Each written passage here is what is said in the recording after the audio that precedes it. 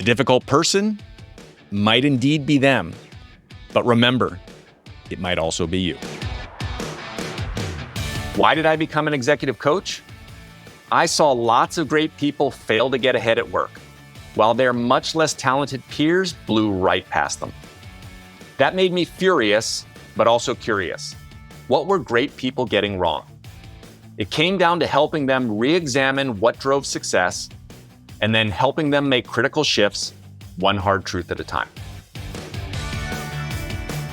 Feel like you're doing everything you were told, but you're not moving ahead at work nor having the impact you seek?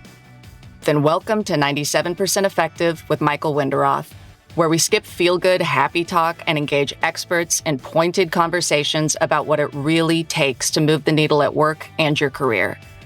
So if you feel stalled or frustrated, or seek that extra edge as you move to the next level, then look no further. This is the Hard Truths Playbook you never got.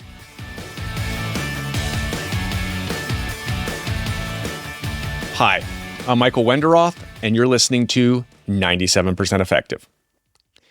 A quick announcement before today's episode. First, I am thrilled to celebrate episode number 88, lucky 88 of 97% Effective. Second, in the next 2 months, we'll be gearing up to release another wave of fantastic guests. In the past 2 months, we've been synthesizing based on feedback from you and highlighting short, practical insights from amazing guests that we've had in the past around common themes. Now to today's episode. I get it. You are massively frustrated with your boss or a difficult colleague at work. They just don't get your idea, your talent. And in fact, they are deliberately going against you, around your back, making your life difficult, even undercutting you. Your blood boils. But lashing out has only made the situation worse. You're taking that frustration home, and it's stressing you out. What do you do? The hard truth. You need to manage key relationships and conflict. As you rise, your ability to get stuff done is increasingly through other people. Above you, your peers, and especially your team. Yes, some people, those difficult people, the organization would be better without them. But that, unfortunately, is not happening anytime soon. In this brief episode, I'm going to share how to reframe and reset key relationships. That's right. If you remember nothing else from this episode, remember that phrase, reframe and reset. I will share 3 practical steps to reframe and reset, drawing from 3 amazing executive coaches who have been guests on the show. All 3 of them work with leaders around influence. And they all work on a pain that everyone experiences, and you need to navigate difficult people if you wish to be effective and get ahead at work. So let's dive in. First, the big picture, the reframe part of reframe and reset. The first step is to see the big picture and zoom out and understand why this is important. You must first pretty much accept that conflict is inevitable in organizations. Remember, people have different perspectives, different information, and often different and conflicting objectives, depending on where they sit in the organization. And most likely, they are vying, like you, for the same pool of scarce resources, be that budget, headcount, or the authority to make decisions. So conflict is inevitable, which means your conflict may not be something personal. Or worse, people often have their own personal agendas or see the world through their own self-interest. They might even be threatened by you. So don't be naive about that. So, unless you plan to leave your organization, that is a strategy, of course, you're going to have to make some of these key and often difficult relationships work. And keep in mind, you might even be part of the problem. Let's listen here to the first tip. Tip number 1 about reframing from executive coach to C-suite leaders, Nihar Chhaya. I start simply by even asking them, like, this happened. How do you think you did? What do you think was the impact? I'm asking them to observe the situation with me. So we're on the same side of the table here. We're not antagonizing each other.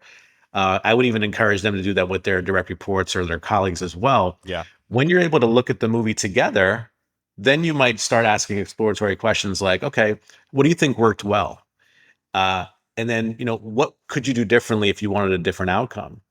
And so having those questions from a place of we're exploring this as opposed to this is right or this is wrong. Because, Michael, as a coach, like most things that we help them work on, there is a counter side to it. Like there's a valid case to be made to be the opposite of that in some situations. If a leader, for instance, is moving really fast, and he's getting feedback like, you need to slow down. There's a valid case sometimes to make sure that they're not being too slow, and so everything can be somewhat debatable. And I think that's important to create that environment with them to say, I'm not looking at this as a binary situation that you need to change and fix. This is really about us being divergent thinkers and thinking about, are we even solving the right problem here, as opposed to looking for the right answer, which usually doesn't exist. That was a fantastic interview with Nihar Chhaya. The takeaway here, first get into a non-judgmental space, seeing the big picture. As we in coaching say, join me up on the balcony and look down on the dance floor. It probably involves seeing from the other person's perspective. And here's what you can do. Ask yourself, sure, it's the other person, but how is what you are currently doing, your current approach, working for you? Also ask yourself, is there some feedback here you might want to take in? I encourage you to listen to that full interview with Nihar, who is partner at Partner Exec, Marshall Goldsmith 100 coach. His focus is the C-suite, where there is so much on the line, very intense. And learning from that, no matter where you sit in the organization, is highly beneficial. We talk about getting feedback, how coaching is the one profession where the client is not always right, and, interestingly, which movies he feels best describe life in the C-suite. You've been listening to 97% Effective with your host, Executive Coach Michael Wenderoth. If this interview is making you think, make sure to share it with a friend. Now, back to our interview. That takes us to insight number 2 from Dr. Gary McGrath, executive coach and CEO at Statarius, who turns bad bosses into great leaders. Dr. Gary's insight continues the idea of reframe and moves us into reset. Listen here to tip number 2, what Dr. Gary suggests and advises when you run into conflict. So leadership starts with building relationships. I'm going to use Abraham Lincoln's quote. He said, "I don't like this man very much. I need to get to know him better."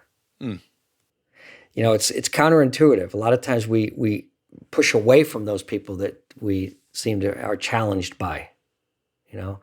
We don't take the time to listen to them, to understand what challenges they have, what they're going through. Get to know the person. The first step of leadership is to build relationships. What steps are we taking to get to know that person? Are we, I tell executive teams that are struggling sometimes, I say, how many times have you gone out to lunch with each other? Go have a beer. Right. Okay. Hang out a little bit. Get to know each other. Get to know your families.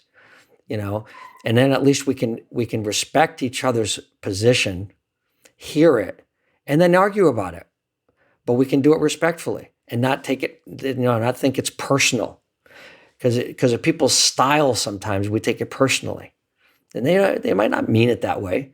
Now, are there people out there that are Machiavellian, that are trying to undermine everybody else so that they look better? Yeah, So I want to, that's they say, get close to your enemies, stay real close to your enemies, right? So you better get to know those people, and understand their motivations so that you can prepare yourself and defend yourself. That was a fantastic high-impact interview with Dr. Gary. And I love him quoting Abraham Lincoln, get to know them. And he's right. With the speed at which work moves, and coming out of the pandemic, we so often don't do that. And so often our objectives that are set from above are set to put us in conflict. The takeaway, shift to what you might learn. And first, get to know the person. Which reminds us, the theme of this show, when you're furious, first get curious. And Dr. Gary's idea takes us there. If you can get into a curious mindset versus an anxious one, that curious mindset will create more possibility and might just be what it takes to reset the relationship. That doesn't mean, of course, that you're going to be best friends at work, but it does help with the start at resetting a relationship. And to be clear, some relationships and some people at work are absolutely toxic.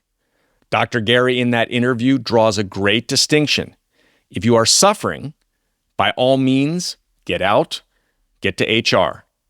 But if you are struggling, as one boss of my former bosses said to me, figure out what you can learn.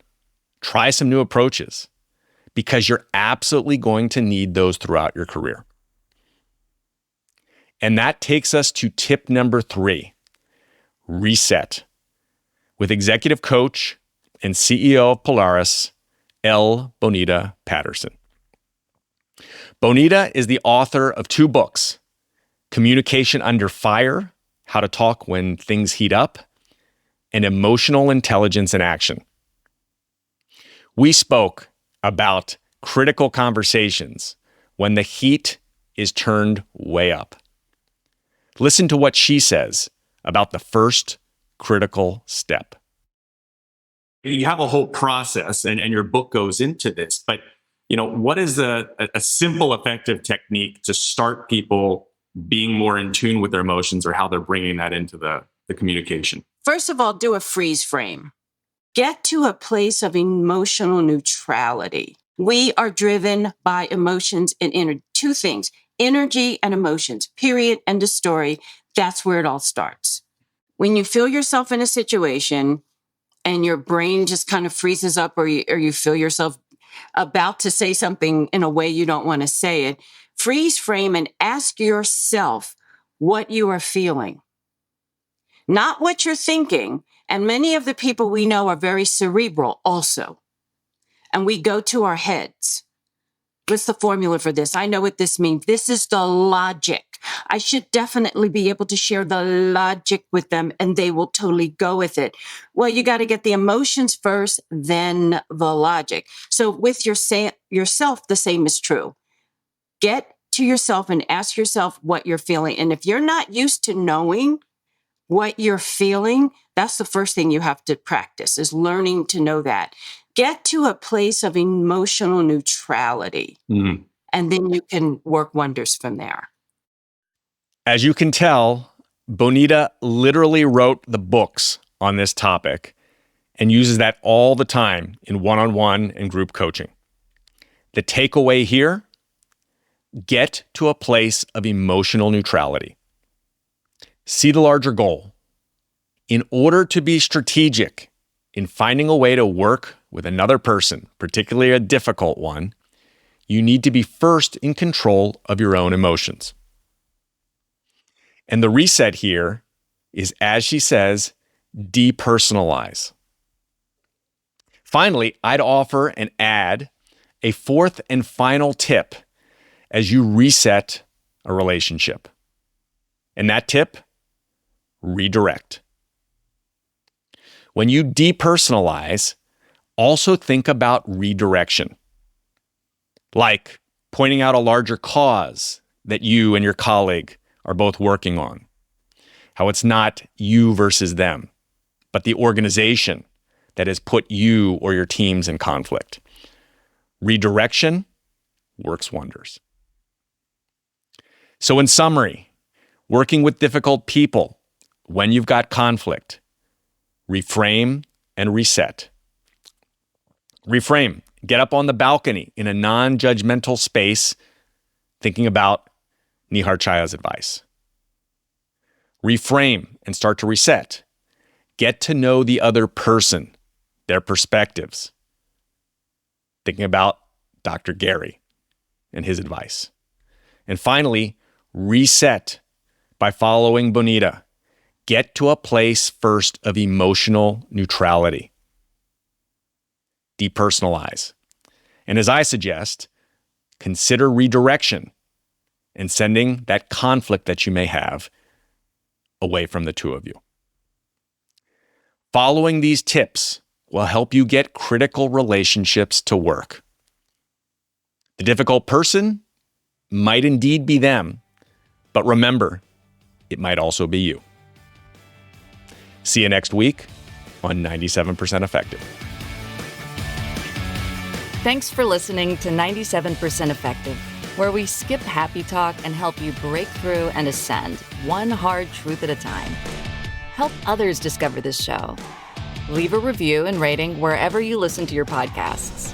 And if you like what you heard, you can get free resources, including the first chapters of Michael's book, Get Promoted, on his website, www.changwenderoth.com.